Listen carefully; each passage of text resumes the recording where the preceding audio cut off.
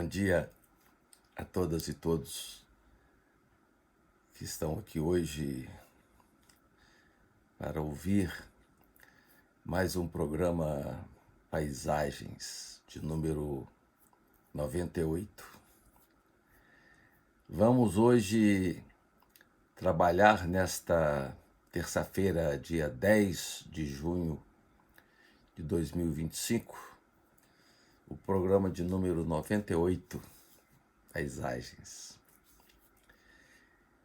E decidi falar hoje sobre um filme de Wim Wenders, sobre Sebastião Salgado, um dos maiores fotógrafos do mundo brasileiro, que faleceu neste mês de maio, no dia 23 de maio de 2025, aos 81 anos, e que fez um trabalho extraordinário, mostrando-se ou revelando-se uma das figuras mais importantes de nossa história do Brasil recente. Eu revi ontem esse filme na sua versão italiana. Eu tinha comprado o DVD na Itália, quando eu morei na Itália, e ali assisti pela primeira vez esse filme maravilhoso. E cada vez que eu vejo esse filme, eu revejo, sou tomado pelo mesmo impacto. E quando eu vi agora, fiquei muito emocionado. Esse trabalho magnífico do Wim Wenders, que também dedicou um filme muito bonito sobre o Papa Francisco, um homem de palavra, que eu quero também poder comentar aqui mais à frente. Trata-se de um filme de 110 minutos, onde acompanhamos Wim Wenders. Acompanhamos com Wim Wenders a trajetória de Sebastião Salgado. Sebastião Salgado, esse renomado fotógrafo brasileiro,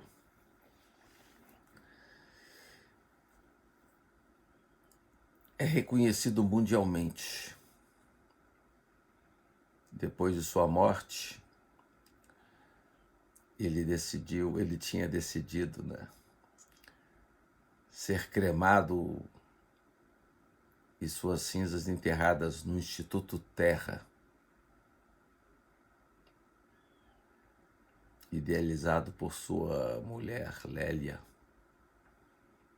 na fazenda onde Sebastião Salgado, conhecido como Tião, foi criado em Aimorés, no norte de Minas Gerais. E ele morreu um dia antes de realizar um de seus sonhos, visitar a exposição de seu filho mais novo, Rodrigo Salgado, portador da síndrome de Down. Um trabalho que ele estava expondo na cidade de Reims, no interior da França. 12 obras que foram transformadas em vitrais no estilo renascentista. Muito bonito foi a relação de Sebastião Salgado com esse seu segundo filho, do casal, segundo filho. Sebastião deixa, assim, Lélia Vanik Salgado, sua mulher desde 1967, e os filhos Rodrigo e Juliano. Vivia em Paris, o Sebastião Salgado, e estava com uma leucemia grave provocada por uma malária contraída na Indonésia em 2010. É um fotógrafo conhecido por suas belíssimas imagens em preto e branco, que conseguem retratar a alma da humanidade e também a beleza da natureza. Falando um pouco sobre a vida de Sebastião Salgado, antes de entrar no filme. Sebastião Ribeiro Salgado Júnior, seu nome.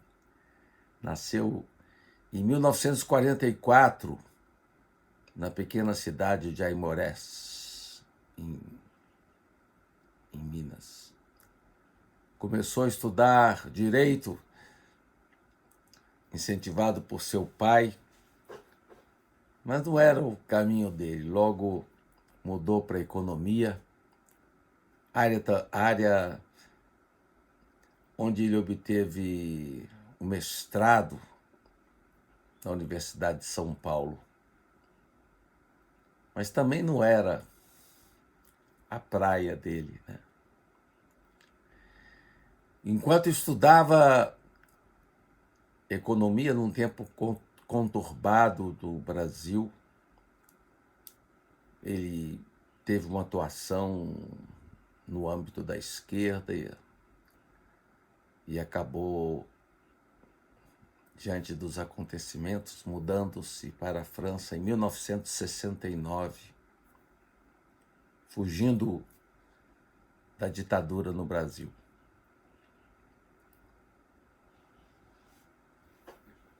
Depois trabalhou como funcionário da Organização Internacional do Café e, com esse trabalho, ele viajava com frequência para a África. E ali na África ele começou a fotografar, depois de ganhar uma câmera de sua mulher em 1970. E refletia Sebastião Salgado na ocasião: percebi que instantâneos me davam mais prazer do que relatórios financeiros. Aí foi se revelando o grande humanista, dedicando o seu olhar e a sua arte a fotografar as injustiças do mundo. Fotografou a mineração, fotografou levantes sociais, como a Revolução dos Cravos em Portugal, em imagens maravilhosas em preto e branco. Tornou-se fotojornalista independente em 1973. Passou por várias agências, como Sigma e Gama, até entrar para a célebre agência Magnum, em 1979.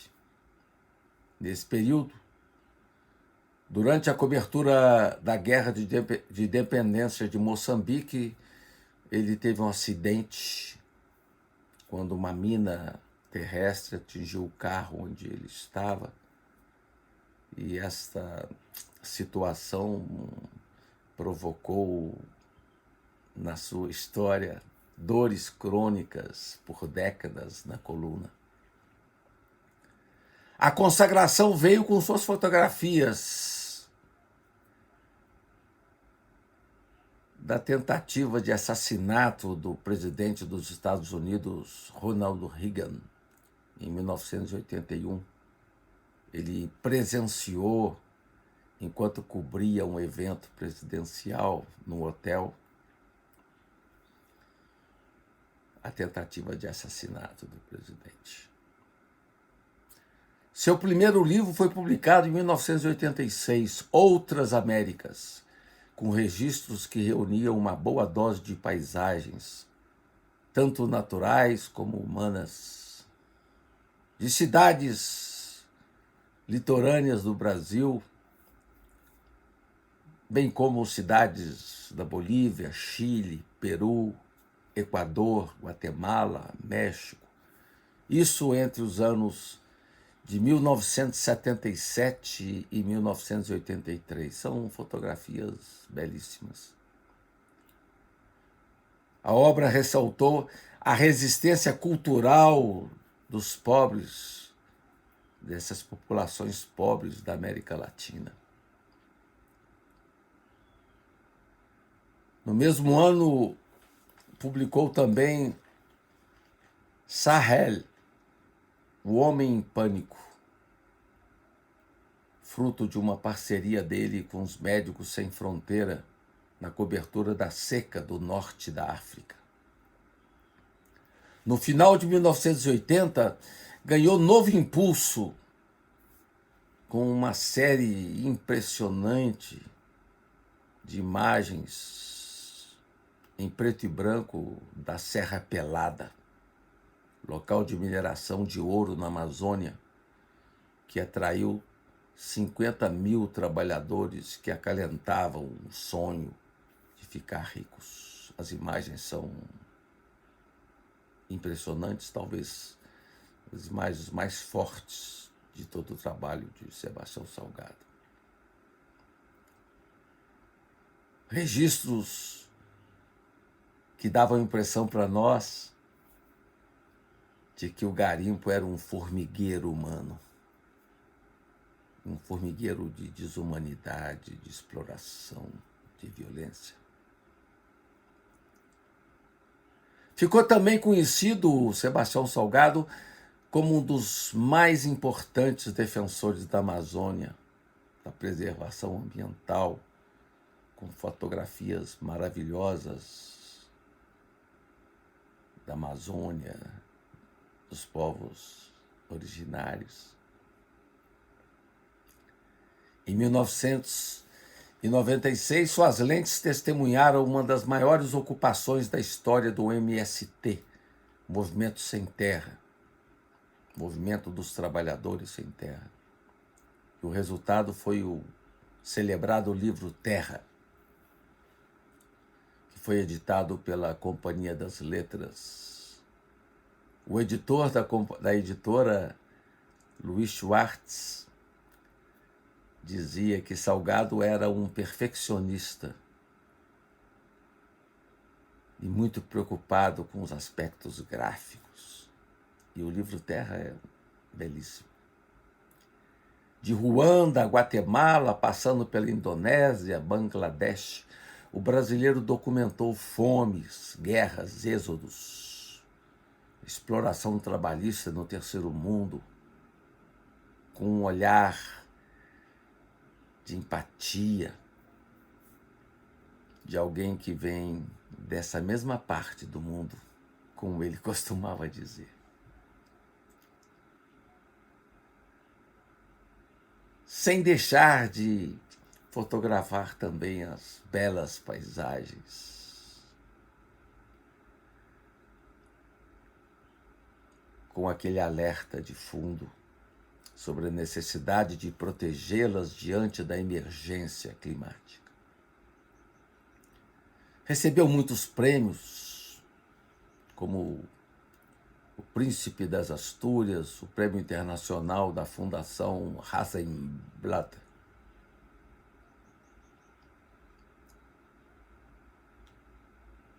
Além desse trabalho de fotografia, no período mais final da sua vida, ele esteve envolvido num empreendimento maravilhoso, um projeto que envolveu o plantio de mais de 2 milhões de árvores, tendo salvado 2.000 nascentes.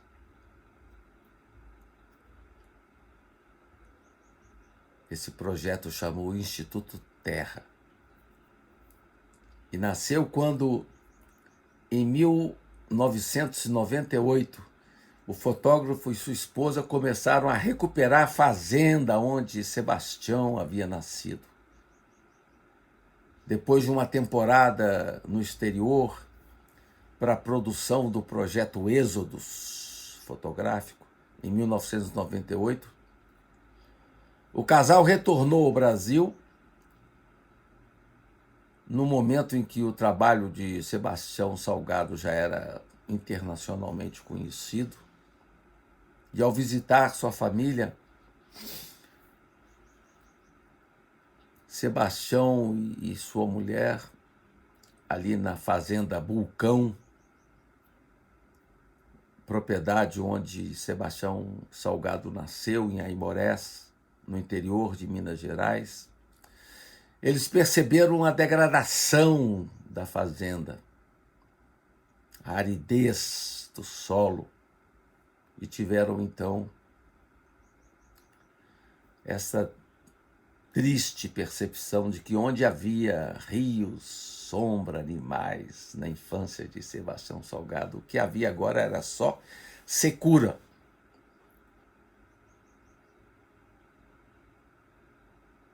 Depois de anos vendo e retratando guerras, sofrimento humano, o casal chorou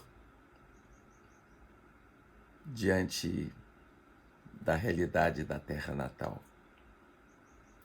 Foi quando então a sua mulher, Vanique, comovida, sugeriu a ele: vamos plantar uma floresta aqui. E essa ideia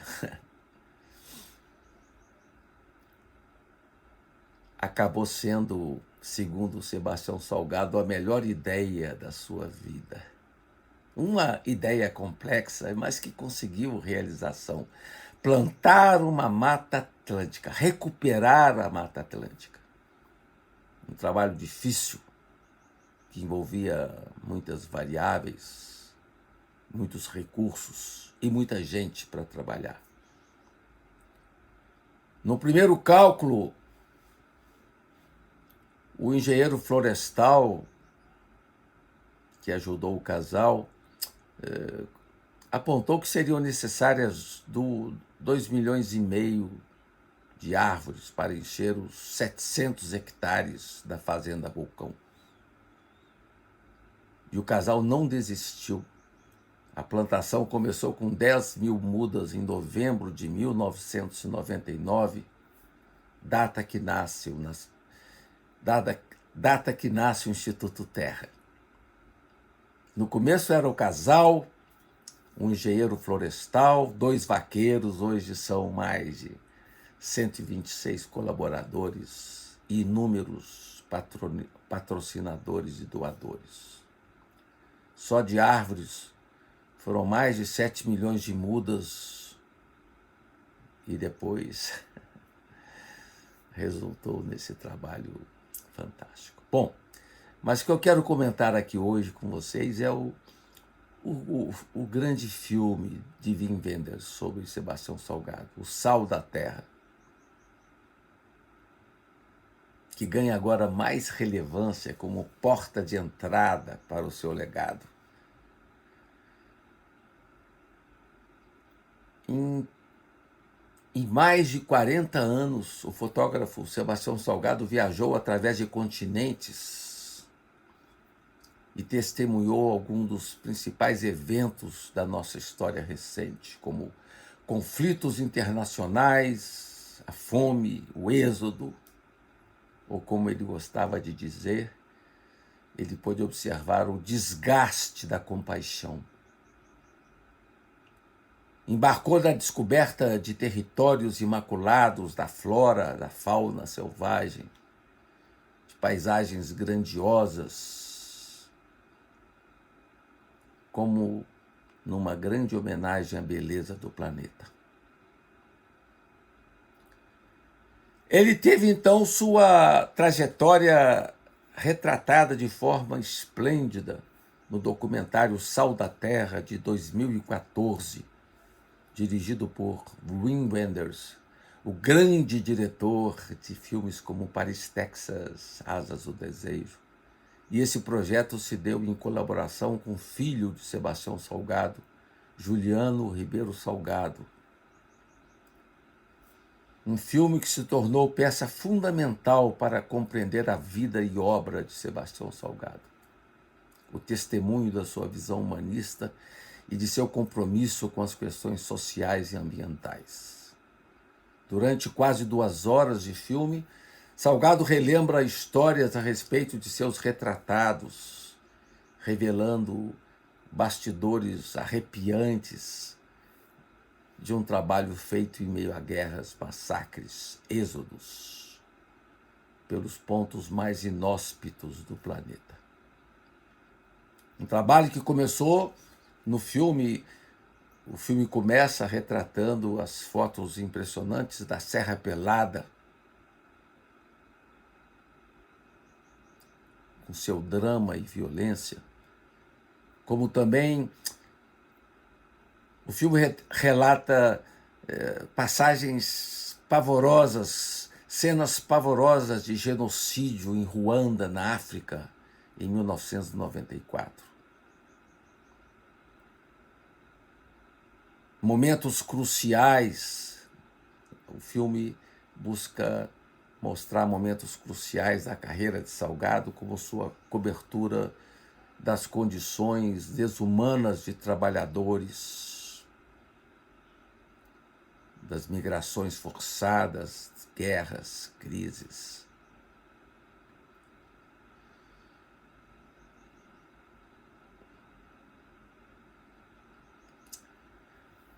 Quero também chamar a atenção aqui para a belíssima trilha sonora do filme, de autoria de Laurent Petitgrand, que complementa a potência visual, criando uma experiência imersiva que reflete a sensibilidade de Sebastião Salgado. O documentário é uma oportunidade para novas gerações conhecerem essa obra fantástica, né?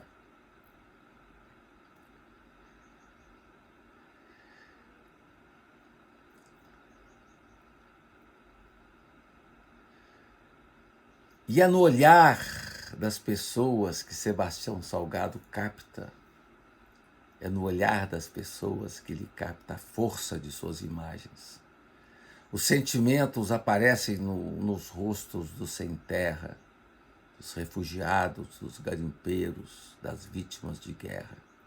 O foco no olhar.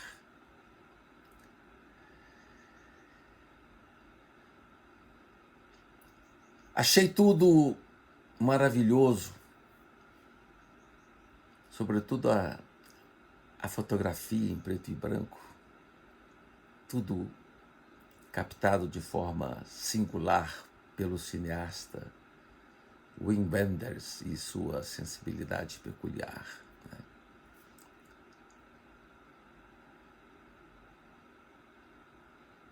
Em certo momento do filme, quando Sebastião Salgado aborda a extrema violência ocorrida na ex-Iugoslávia, como também ele retratou os conflitos violentíssimos na África, étnicos. Mas ali, naquele momento, falando da violência na ex-Iugoslávia, o fotógrafo desabafa e diz: somos animais ferozes, nós seres humanos somos bestas terríveis, somos de uma violência extrema. A nossa história é uma história de guerra, uma história sem fim, uma história de repressão, uma história louca. Frases de Sebastião Salgado. Sublinha ainda: todos deveríamos ver estas imagens para compreender como é terrível a nossa espécie. Tocado pelas duras imagens e pelas falas de Sebastião, recordei-me também do doloroso filme de Lars von Trier, Melancolia, quando, em certo momento, a profetisa Justine proclama que a vida na Terra é má e que, na verdade, estamos sós em meio a tanta barbárie. Então, a Câmara de Salgado, retratada por Wim Wenders, retrata sem piedade os grandes dramas do final do século XX, com ênfase particular nos conflitos presentes na África. Quando vemos hoje o que está ocorrendo em Gaza, podemos constatar esse traço terrível que anima o ser humano quando se deixa levar pelo seu bicho subterrâneo de ódio, ferocidade e violência. Netanyahu é apenas mais um dos Hermógenes de nosso tempo. Eu me lembrei também, ao ver o filme, do belíssimo livro do historiador inglês Eric Hobsbawm, falando sobre o século XX. E depois, em outro livro, ele fala: o século XXI começa da mesma forma, com a mesma perspectiva de um século violento. Hobsbawm diz que o século XX foi o século mais violento, mais assassino de que temos registro, tanto na escala, frequência e extensão da guerra, cessando por pouco tempo na década de 20, como também pelo volume único de catástrofes humanas que produziu, desde as maiores fomes da história até o genocídio mais sistemático. E isso foi explorado de forma muito rica nesse documentário Sal da Terra, que eu recomendo a todos vocês, não só para verem, meditarem, como pensarem nessa violenta situação provocada pelo bicho homem, né? Pelo homem humano, como diz Guimarães Rosa em Grande Sertão Veredas. Com isso, me despeço hoje de vocês com mais esse programa e nos veremos na próxima semana, daqui a 15 dias, melhor dizendo. Agradeço também toda a colaboração do Felipe Albani. Um abraço carinhoso a todos e vocês. Paz e bem.